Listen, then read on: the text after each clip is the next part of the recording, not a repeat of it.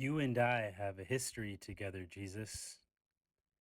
I still remember, as if it were yesterday, when your parents picked me out to be their own. I was a newly born donkey and had never been mounted before. But Joseph and Mary immediately saw that I was going to be their traveling companion because they had to go to Bethlehem, for Caesar had called for a census of the whole world, and we had to move quickly. I'll never forget that moment that your mother, beautiful Mary, sat upon my back for the first time as I carried her, so pregnant already, on that harrowing trip to the city of David.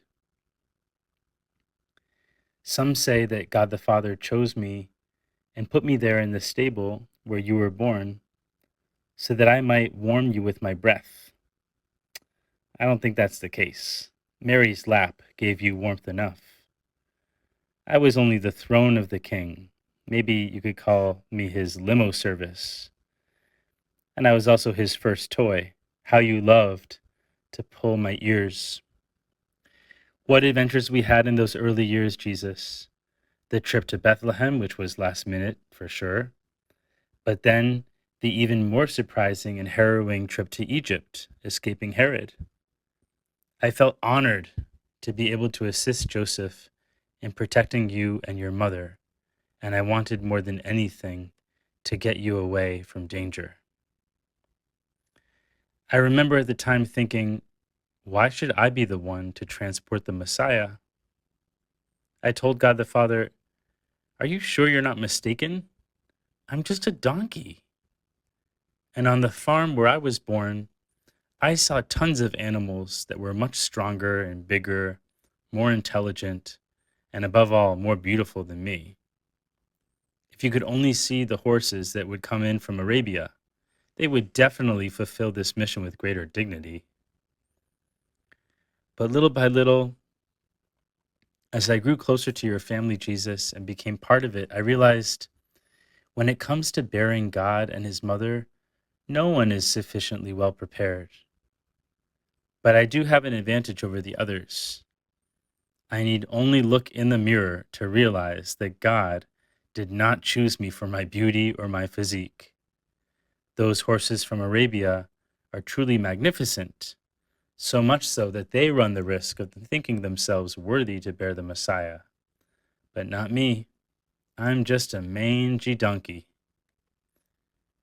You know, donkeys live a long time. They average between 30, 40 years. Some have lived as long as 60. We outlive chickens, pigs, cows, and even those beautiful horses from Arabia that we often envy. When it comes to age, a horse has nothing on a donkey. So you know, Jesus, how I have stayed with you all these years, bringing you back from Egypt, watching you grow up in Nazareth, helping Joseph in the shop, may he now rest in peace. And when you went off to carry out your public ministry, to bring the good news to everyone, I remained with your mother to keep her company and defend her. She's often told me that I need to pray for you, how your mission will be difficult, and that many will not receive the good news as you desire, as God the Father desires. Mary worries for you. Over the years, I've reared little donkeys of my own. Mary was pleased to tell you recently that I had a new baby, a beautiful colt, and I was so excited for you to meet her. She's a wonderful little donkey. And I told my little colt that we, since we belong to the Holy Family, we have a special mission to take care of Mary and Jesus, to be of service to them. Well, little did I know that today, on Palm Sunday, you would turn to us for a special need. And that's how the Gospels describe this moment. That's how we went down in history. We read from the Gospel of Matthew. When Jesus and the disciples drew near Jerusalem and came to Bethphage on the Mount of Olives, Jesus sent 2 disciples, saying to them, "Go into the village opposite you, and immediately you will find an ass tethered and a colt with her. Untie them and bring them here to me. And if anyone should say anything to you, reply, 'The Master has need of them.' Then he will send them at once." Jesus, it's so moving to know that you still have need of me after all of these years. I'm an old ass, an old donkey, but I'm still useful to you. I want to be. And now my daughter can be too, my colt. And we play our part in the great scheme of salvation, even fulfilling the ancient prophecies. Matthew continues, "This happened so that what had been spoken through the prophet might be fulfilled. Say to daughter Zion, behold, your king comes to you, meek and riding on an ass and on a colt, the foal of a beast of burden." The disciples went and did as Jesus had ordered them. They brought the ass and the colt and laid their cloaks over them, and he sat upon them. And you, Jesus, you can't imagine how proud I was to watch my little colt taking a passenger for the first time. She had never been ridden before. My heart beamed with a motherly pride. And to carry the King of Kings, Lord of Lords. Jesus, you are my King. And I trembled as I heard the crowds recognize you as well. The chaos of that procession, everyone trying to grab you, touch you, people waving palm branches, throwing their cloaks on the ground, the children shouting. I thought my little colt would get nervous, but no, she kept her cool. And they sang out, "Hosanna to the Son of David. Blessed is he who comes in the name of the Lord."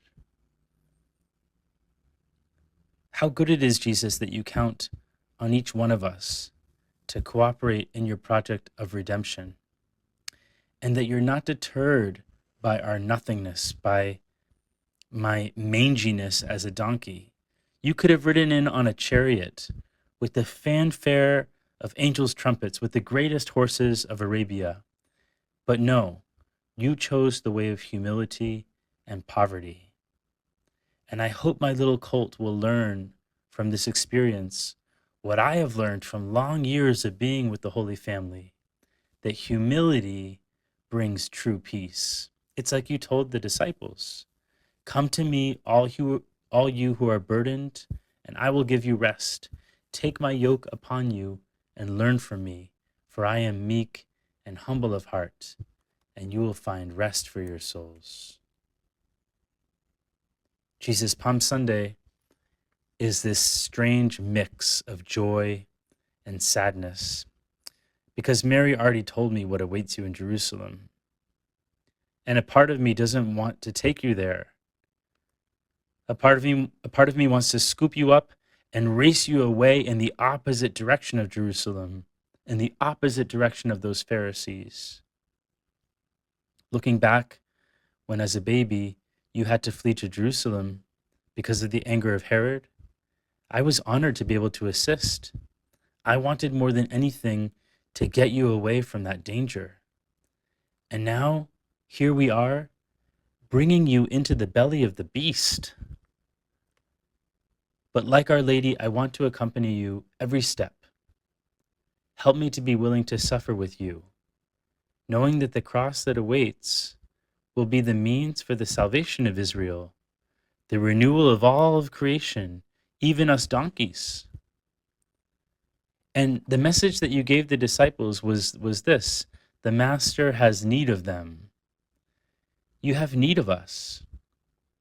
And so we'll help you to carry your cross. We'll sustain you any way we can. This is my prayer, Jesus, because yes, donkeys pray too. My prayer is this: that my colt and I are here for whatever you need. We'll stay close to Our Lady in this Holy Week, knowing that you have need of us.